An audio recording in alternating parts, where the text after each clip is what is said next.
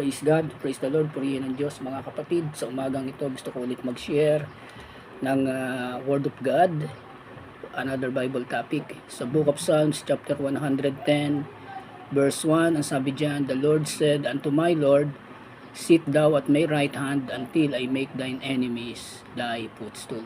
Kinote po ito ng ating Panginoon sa Book of Matthew chapter 22 verse 44. "The Lord said unto my Lord, sit thou on my right hand till I make thine enemies thy footstool."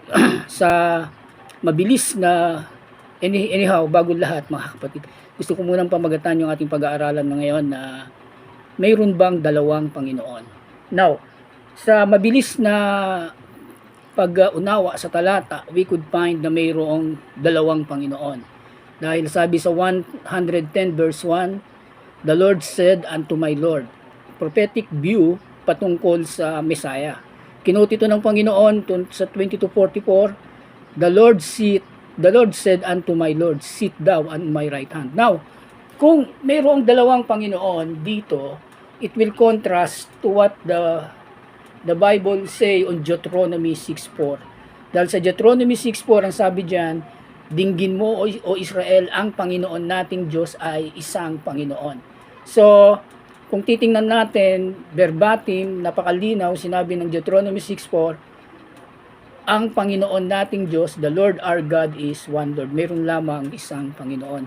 Paano natin ito i-reconcile mga kapatid? First, sa Psalms 110, saan kinote ng Panginoon yung Matthew 22:44, kinote niya sa Psalms 110, kung titingnan natin yung unang Lord dyan, yung salitang the Lord, yung Lord po dyan ay all capital. At yung isa naman pong Lord ay, yung sinabi dyan na my Lord, aking Panginoon sa Tagalog, ay yung capital lang po ay yung letter L. Samantalang yung isa po, lahat ay capital, capital L, capital O, capital R, capital D. Now, sa Bible po, pagka nakabasa tayo ng salitang Lord na all capital, halimbawa, diyan sa Deuteronomy 6:4, salitang Lord diyan, "Hear, O Israel, the Lord our God is one Lord." Yung salitang Lord diyan ay all capital. At hindi lang po diyan, sa Isaiah 63:16, meron po kayong Lord na mababasa diyan, all capital. Sa Proverbs, may mababasa tayo, I forgot the verse, pero familiar na talata. Ang sabi po doon, "The name of the Lord is a strong tower, the righteous run into it and be saved." Yung salitang Lord doon ay all capital din po. So ano po ang ibig nating sabihin dito? Ang pagka nakabasa ka na yung salitang Lord ay all capital, ito po ay tumutukoy kay Yahweh, sa Diyos ng Israel. No?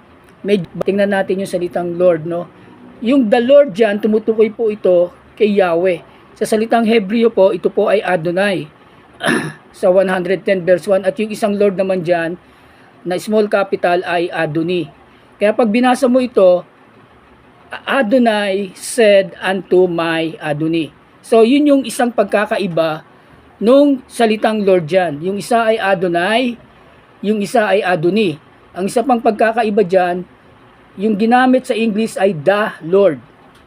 The Lord said unto my Lord. Yung isa naman, my Lord. Yung isa, the Lord. Yung isa, my Lord. Yun po yung pagkakaiba. Bakit? Merong pagkakaiba doon dahil yung salitang the Lord, ito po ay tumutukoy kay Yahweh. Ito po ay tumutukoy sa Diyos na makapangyarihan sa lahat. Samantalang yung isang Lord, tumutukoy ito sa my Lord. Ibig sabihin, yung nagsasalita rito, Panginoon niya yon. So, si David po ang nagsasalita rito at ang sabi niya, "The Lord said unto my Lord." Now, i-establish natin ano pa yung pagkakaiba ng dalawang ito. Pagka sinabing the Lord, ito po yung Adonai. In Hebrew, ito po ay tumutukoy kay Yahweh. Kay Yahweh.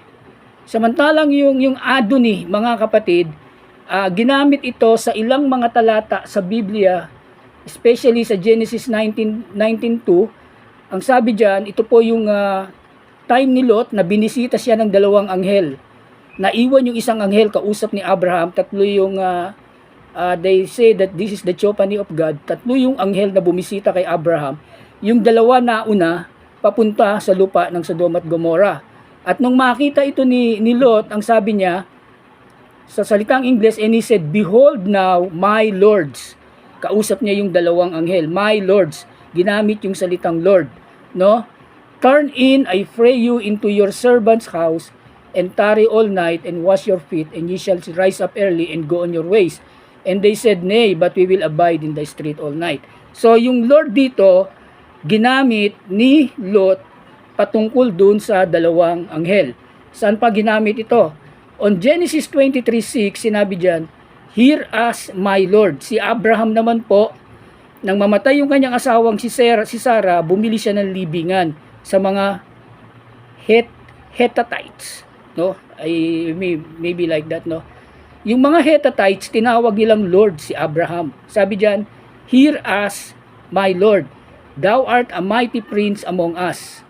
In the choice of our sepulchres, bury thy dead." So, dun pa rin ginamit yung salitang Lord.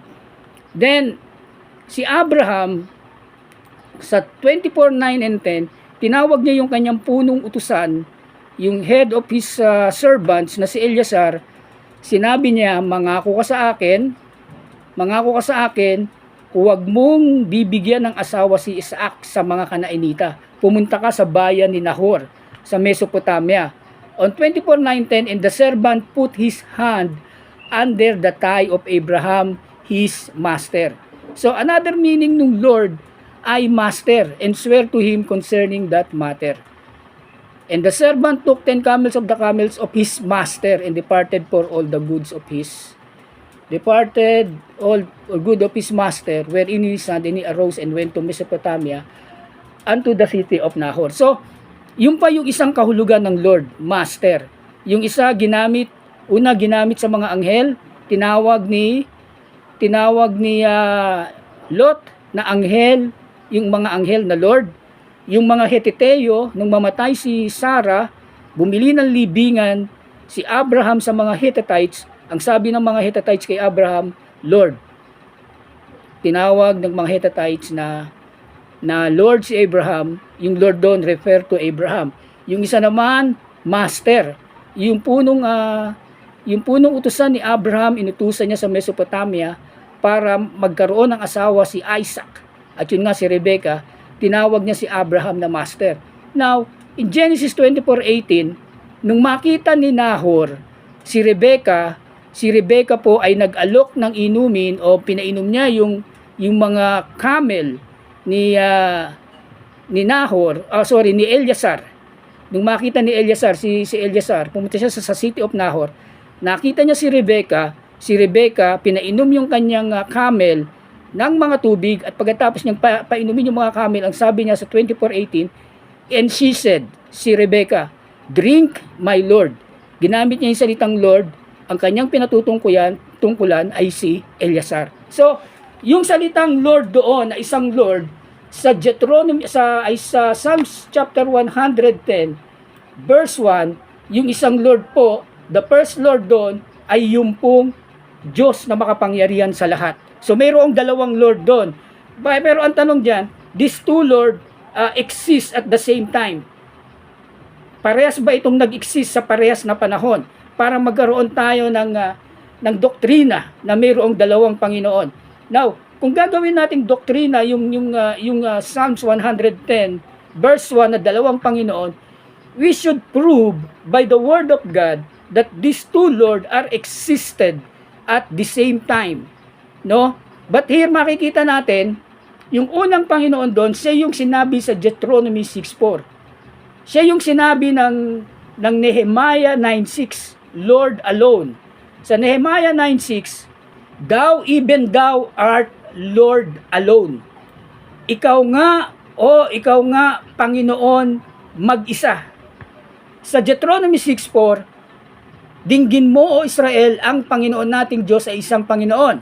Now, kung babasahin mo ito in original text, "Hear, O Israel, the Adonai, our Elohim, is one Adonai." No? Meron lamang isang Panginoon. Yung iba sinasabi nila, yung salitang isa dyan ay compound one or plurality of one. Pero hindi lang yun ang ibig sabihin ng salitang isa. In some other time, tatalakay natin to. Now, sa Nehemiah 9:6, ginamit yung salitang Lord alone. Yung salitang alone, mga kapatid, ang ibig sabihin niyan, sa salitang Hebrew ay bad. B-A-H-D. Yung salitang bowed, it primarily denotes the concept of separation of being alone. Ang ibig sabihin nun, it denotes the concept of separation, yung mag-isa. Di ba? Pagka sinabing separation, mag-isa siya. Genesis 2:18, sinabi ron, it's not good for man to be alone. Referring to Adan. Nung si Adan ay nilikha ng Diyos, siya pa lang ang unang nilikha, ang sabi ng Diyos, hindi mabuti sa lalaki na mag-isa. So, ang ibig sabihin ng alone doon ay isa. Absolute one. Yun po yung ginamit sa Nehemiah 9:6. Ito yung tinutukoy na unang Lord. Yung the Lord said unto my Lord. Siya yung unang Lord. Siya yung nag-iisang Diyos na gumawa ng langit at lupa ayon sa 9:6 ng Nehemiah. Siya yung first Lord, siya yung eternal God of universe. No?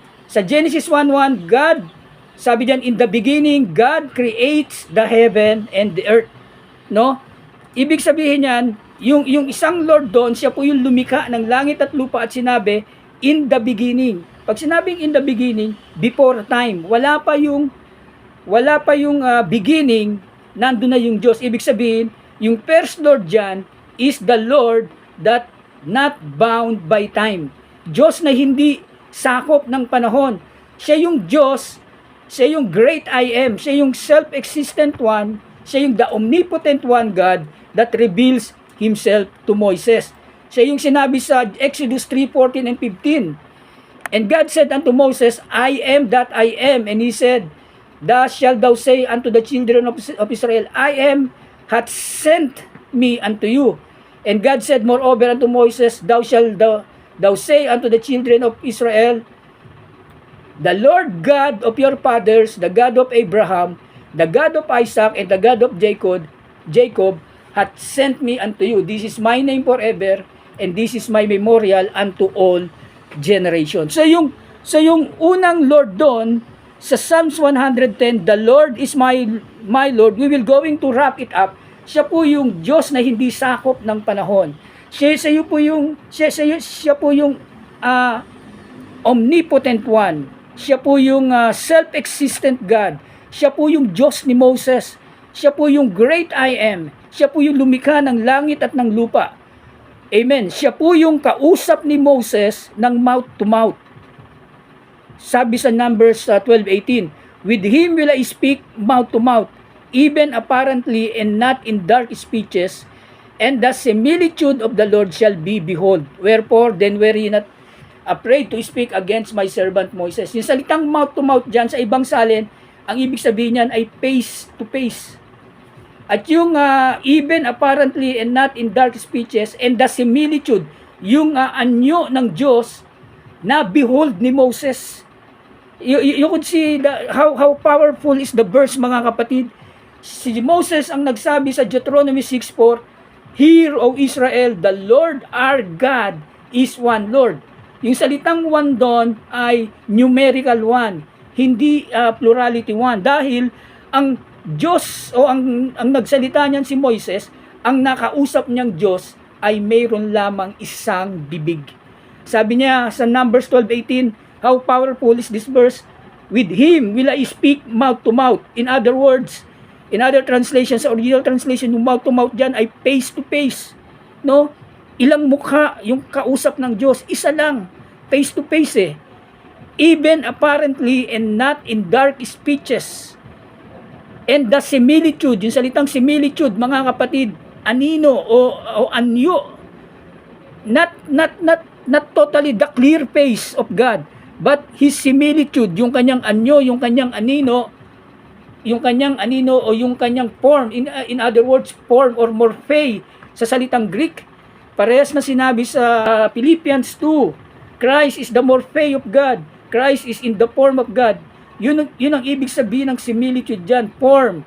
In Greek, morphe. of the Lord shall he behold.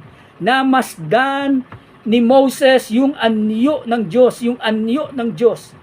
Bakit hindi tayo matatakot kay Moses at sa kanyang servant? See how powerful is this verse? Yung isang the Lord. So the first Lord is the Lord. Yun yung sinabi ni David sa Psalms 110 verse 1. Napakalinaw na po, naman po nun. So yung the Lord, siya po yung Diyos na hindi sakop ng panahon. I want to clear it.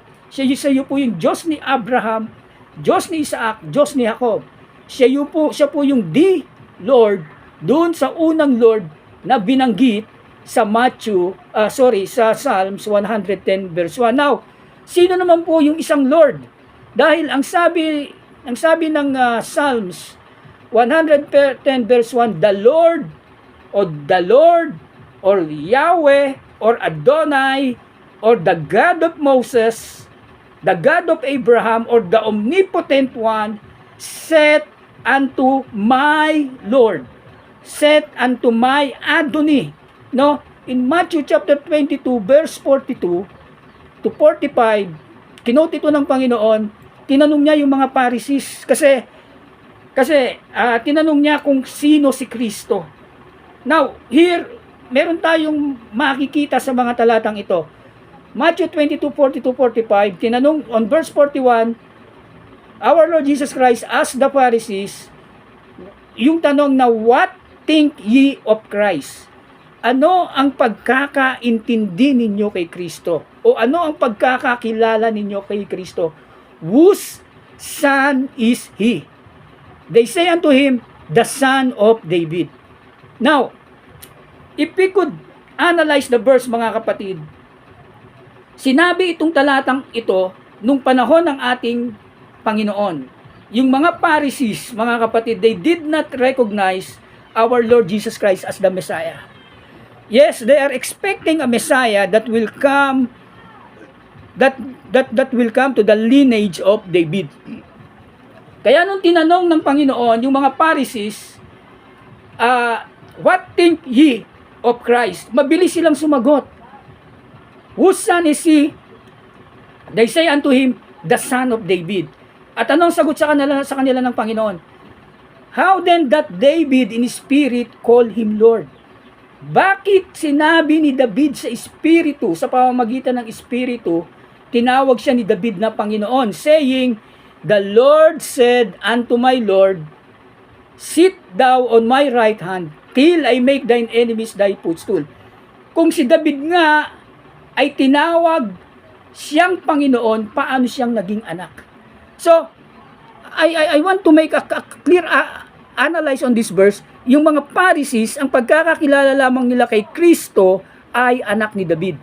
That's number 1 point. And then the number 2 point, yung Panginoon doon, yung my Lord, yung the Lord, this referring to the only omnipotent God, samantalang isang Lord ay referring to my Lord or the Lord of David. Kasi ang nagsasalita dito si David. Sabi niya sa mga Pharisees, kung ang Kristo ay anak ni David, paano niya itong tinawag sa pamamagitan ng Espiritu na aking Panginoon? So what does it mean? Yung aking Panginoon, ito po ay tumutukoy kay Kristo. Pag sinabi mong aking Panginoon, He is Lord over you. Yun po ang ibig sabihin ng pangalawang Lord dito. So the second Lord there is Christ. Alam natin, maraming prophetic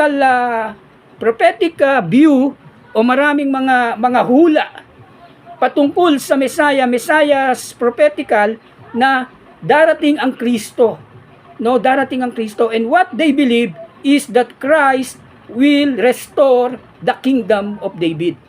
So ang paniniwala nila that time nung sinabi ito ng Panginoon, ang Kristo, ang Messiah ang magre-restore ng kaharian ni David. In fact, sinabi yan ng mga alagad sa Acts chapter 1 verse 6. Panginoon, kailan mo ibabalik ang kaharian ng Israel? So nandun yung view ng mga Pharisees. They never recognize that the Messiah is not only son of David but also a descendant of David. No? Yung Messiah, ayon sa Psalms 110 verse 1, my Lord, Panginoon ni David. Ang ibig sabihin nito, yung Messiah will rule over the kingdom of David or over the kingdom of Israel. Amen. Hindi lamang siya offspring o anak ni David, kung hindi descendant of David. So yung isang Panginoon tumutukoy kay Kristo, no? So pagka sinabi mong yung isang Panginoon ay tumutukoy kay Kristo at yung isang Panginoon ay tumutukoy sa makapangyarihang Diyos sa lahat, meaning yung isang Panginoon dito mag-e-exist pag napulpil yung promise ng pagdating ng Messiah. I need an amen there. Sa madaling salita, nung sinabi yung Psalms 110 verse 1, the kingdom of the second Lord or the second Lord is not yet existed. Hindi pa nag-e-exist. Prophetic ito eh. Propesya ito. The Lord said unto my Lord. Yung isang Lord doon existed na. Yung isang Lord hindi pa nag-e-exist. Yung isang Lord doon is not bound or bind by time. Kung hindi pa nag-e-exist yung isang Lord doon is bound by time. Paano nating napatunayan na isang Lord doon ay bound of time? Dahil sabi nung sumunod na sinabi sa Psalms 110 verse 1, the Lord said unto my Lord, sit thou unto my right hand until I make thine enemies thy footstool. Yung salitang until, mga kapatid, it denotes time. Meron itong sakop na time element. It is a conjunction or preposition sa Hebrew grammar that denotes time. Until, ibig sabihin, bukod, yung pangalawang Lord, bukod, He will going to rule over David's throne, bukod doon, siya po ay sakop ng panahon. Amen. So we could see, meron tayong napipicture out here, no? Nung sinabi yung the Lord said unto my Lord, hindi ito eternal setup sa heaven. No, kasi sinabi diyan, sit unto my right hand, umupo ka sa aking kanan. Prophetical view ito. Mayroong panahon na yung David's Lord o yung Panginoon ni David ay uupo sa kanan ng Diyos na makapangyarihan sa lahat. Prophetical view ito. At yung kanyang pag-upo ay under the element of time. Dahil sa salitang until. Mayroong hangganan. Hindi ito eternal setup. Kaya kung mayroon kang view na mayroong dalawang Panginoon, this will contradict to your view. Kasi kung mayroon kang view na dalawang Panginoon, ibig sabihin, yung isang Panginoon existed on time. Walang dalawang Panginoon sa langit. If you're going to study it clearly, walang dalawang Panginoon existed on heaven. Dahil yung isang Panginoon uupo lamang sa kanan ng Diyos pag dumating yung kanyang time na mag-e-exist siya sa lupa. Kasi yung isang Panginoon doon ay ang Kristo. Ang Kristo, the Christ, the Messiah. No, sinabihan siya ng Panginoon na umupo sa aking kanan. This is sakop ng panahon on the time element. So walang eternal view na mayroong Diyos at mayroon pang isang Diyos na nakaupo sa kanyang kanan. Nangyari lang ito nang ang Lord o yung Messiah ay nag-exist na. So we could read on Hebrew chapter 1 verse 5 and 6. Ang sabi diyan, for unto which of the angels said he at any time, thou art my son, this day have I begotten thee. Verse 6, and again I will be to him a father, and he shall to be to me a son. Verse 6, and again when he bringeth in the first begotten into the world, he said, and let all the angels of God worship him. Sabi diyan, for unto which of the angels he said at any time. Kanino nga sa mga anghel sinabi niya kailanman, ikaw ay aking anak, ngayon ipinanganak kita. So, yung pagiging Messiah, yung pagiging anak ng Diyos o yung pagiging anak ng ating Panginoon is not happen on the eternity past. Kasi ang Diyos po ay hindi sakop ng panahon. But here, we could read very clear, ang sabi diyan, kanino sa mga anghel sinabi niya kailanman, ikaw ay aking anak. Ngayon, yung salitang ngayon, ito po ay time element. It denotes time. Ibig sabihin, ang pagkakapanganak ng Diyos sa anak ay sakop ng panahon. Kasi kung sasabihin nila na mayroon ng existed Son of God in the eternity past, dahil sinabi sa aklat ng awit, wala pa yung pundasyon ng mga lupa, ay naroon na ako kasama ng Diyos.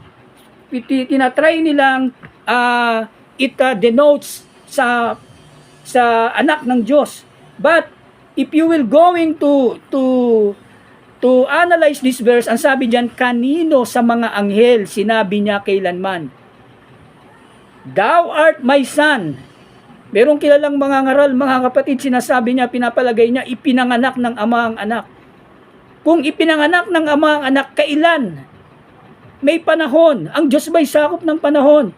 Kung dito niya ilalagay na ipinanganak ng ama o ng ama ang anak, ang sabi ng verse 5, For unto which of the angels said he at any time, may mga anghel na. Ibig sabihin, nauna pang nilikha ang anghel kaysa sa anak. No? Walang eternity past na ang Diyos ay nanganak ng katulad niyang persona na Diyos din. Guni-guni lang nila yon, mga kapatid. Dahil malinaw dito, for unto which of the angels he said at any time, Thou art my son, this day. Yung pagkakapanganak sa anak ay on the element of time. Ano ang katunayan? Mayroon ng anghel. So anong ibig sabihin nito? Kailan ito? Mayroong panahon na binigay o nanganak ang Diyos. Not necessary means na siya yung nanganak, literal. Kasi on verse 6, ang sabi dyan, paano nanganak ang Diyos? On verse 6, and again, when He bringeth in the first begotten in the world. Yun, binigay niya o dinala niya ang first begotten. Yung unang ipinanganak sa sanlibutan. Ipinasok niya sa sanlibutan yung anak. Hindi nangyari on eternity past. Kasi, sabi dyan, He said, and let all the angels of God worship Him. You see the point there? And again, when He bringeth into the first begotten into the world. Kung ang Diyos ay nanganak on eternity past, katulad ng gusto nilang palabasin sa verse 5, why in verse 6, mayroon ng mundo? Nung ipinasok niya yung kanyang panganay sa sanglibutan, mayroon ng sanglibutan nung ipinanganak yung anak. Mayroon ng mga anghel dahil ang sabi, nung ipinasok ang first begotten sa sanglibutan, mayroon ng sanglibutan. And sabi doon, and let all the angels of God worship Him. So, ang pagkakapanganak sa anak ng Diyos ay on time element. Mayroon ng sanglibutan, mayroon ng angels. Ito yung nangyari, mga kapatid, on the book of Matthew chapter 1. Sinabi kay Maria, manganganak ka ng isang batang lalaki. Sa Luke, sinabi diyan, lililimang ka ng banal na espiritu, and the holy thing is being called the Son of God. Doon ito pumapaloob. Galatians 4:4, sabi diyan, but when the fullness of the time was come, God sent forth His Son, made of a woman, made under the law. So, when the fullness of time, again, nilinaw dito, yung pagkakapanganak sa anak was in the fullness of time. So, yung isang Lord doon, walang iba kung hindi ang ating Panginoong Jesucristo, ang Mesiya, ang Christ, yung kanyang pagiging Lord under the time, dahil sa salitang until I make thine enemies thy footstool. Now, ano ang, kung i-wrap up natin, ano ang ibig sabihin ng salitang the Lord said unto my Lord? On Hebrew chapter 1, verse 8 and 9, ang sabi diyan, but unto the Son he said. Sa anak nga ay sinasabi, thy throne, O God, is forever and ever. A scepter of righteousness is the scepter of thy kingdom. Thou hast loved righteousness and hated iniquity. Therefore God, even thy God, hath anointed thee with the oil of gladness above thy fellows. Sabi diyan, ngunit sa anak ay sinasabi, but unto the Son. Now, we will going to make it clear sino ang nagsasalita. Hindi po ang ama ang nagsasalita rito. Ang nagsasalita rito, it is narrated by the author of the book of Hebrew. Kasi yung salitang, thy throne, O God, ito po ay quoted from the book of Psalms chapter 45 verse 5 and 6. Doon po ito quoted. Ngayon, yung salitang unto the Son, he said. Ito po ay narrated ng book of Hebrew. If you will going to say that Apostle Paul is the writer of book of Hebrew, na ninarrate o Apostle Paul conclude na yung Psalms 45 5 and 6, ito po ay patungkol sa anak. Sinabi ito sa anak. Now, ano ang sinabi sa anak? Hindi ang Diyos ang nagsabi sa anak nito. A certain king, maaring si Haring David, dahil siya most of the Psalms written in the book of Psalms are written by King David. Ang sabi ng hari o ni King David sa anak, thy throne, O God, is forever and ever. A scepter of righteousness is the scepter of thy kingdom. Bakit sinabing patungkol ito sa anak? Now, meron bang dalawang Panginoon si David? Yes. Psalms 110 verse 1. Yung una niyang Panginoon, ang Diyos na makapangyarihan sa lahat. Yung pangalawa niyang Panginoon, yung Messiah, yung darating na Messiah na magbabalik ng kaharian ng Israel. The one that will going to restore the kingdom of David, pero hindi kinilala ng mga Pharisees na kausap niya. Now, thy throne, O God, para sa anak ba ito? Bakit sinabing ito'y patungkol sa anak? Because of verse 9, thou hast loved righteousness and hated iniquity. Therefore God, even thy God. Ibig sabihin, ang ibig bang sabihin ito, yung Diyos sa verse 8? Kasi ang sabi diyan, but unto the Son he said, thy throne, O God. Sinabi sa anak, ang iyong trono, O Diyos. Ang nag-narrate nito ay si Apostle Pablo. But when David said it, mayroon siyang view na darating yung Messiah. No? Darating yung Messiah. So yung verse 8 is not referring to Messiah. Kung bakit sinabi lang ito ng narration ni Apostle Paul, but unto the Son he said, because this is a prophetical view of the coming Messiah. Yung verse 8 referring to God. Ibig sabihin yung verse 8 referring to Messiah, to Christ, when he was not yet coming in the world. Ito yung natural o natural na essence ni Kristo nung hindi pa siya magsasakatawang tao. Ang sabi diyan, unto the Son. Ang sabi ni Apostle Pablo, thy throne, O God, yung original na kalagayan ng anak. In the Old Testament time ay Diyos. Sabi diyan, thy throne, O God, yung God diyan ay Elohim. And Elohim is not the plurality of Eloah. Hindi lang Elohim ay plurality of Eloah. Yung Elohim dito ay single because of the word thy throne. Yung trono ay nag-iisa. Thy throne, hindi thrones. O God, ang trono mo, O Elohim, forever and ever, a scepter of righteousness is the scepter of thy kingdom. Yung verse 8 pertaining to Christ when he has not yet been manifested in the flesh. Samantalang yung verse 9, kaya sinabing patungkol sa anak because of verse 9, thou hast loved righteousness and hated iniquity. Therefore God, even thy God. Si Kristo sa kanyang kalagayan bilang Messiah, bilang Christ, bilang Lord, mayroon pa siyang Lord. Mayroon pa siyang God. Kaya sabi diyan, therefore God, even thy God, hath anointed thee with the oil of gladness above thy fellows. Meron bang dalawang Panginoon? Hindi po, wala po.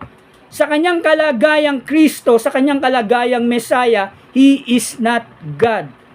Siya po ay anak ng Diyos sa kanyang kalagayan. Paano naging si Kristo ang Diyos? Sa kanyang kalagayan before He was manifest in the flesh. Sinabi ng verse 8, Thy throne, O God, is forever and ever.